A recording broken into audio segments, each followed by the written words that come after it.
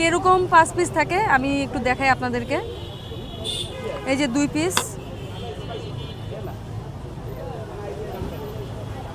এই 3 পিস,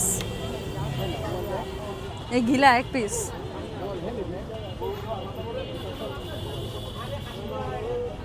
এই 1 piece, 4 piece, 5 piece, একটা রসুন থাকবে আর এই ঝোল।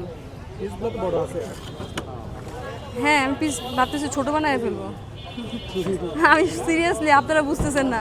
গতকালকে আমি হচ্ছে গিয়ে টোটাল 12টা হাঁস এনেছিলাম ইয়া থেকে, বাজার থেকে। আমাকে একদিন আগে আগে হাঁস দিয়ে যায়, মনে করেন আজকের হাঁস গতকালকে দিয়ে গেছে বিকালের দিকে আর কি, এভাবে দিয়ে যায়, তো আমি প্রেশার নিতে পারি না। তো ওই হাঁসগুলো আমার 2 প্লেট করে হয়েছে, প্রায় 5-6টা হাঁস। 2 প্লেট করে যদি হয় এর মানে 500 টাকা। হাঁস কেনা আমার 650 টাকা, মশলা আছে 100 টাকা, পরিশ্রম, বুঝেন? তো আপু এই যে দিন দিন তো হাঁসের চাহিদা যদি বাড়ে, আপনারা নিজেরা মানে হাঁস পালন করবেন কিনা?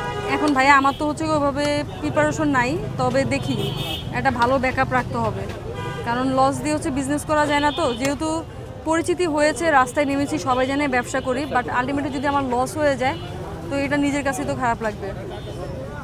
এই সোহাগ ভাই, হাঁস কোন পাশে?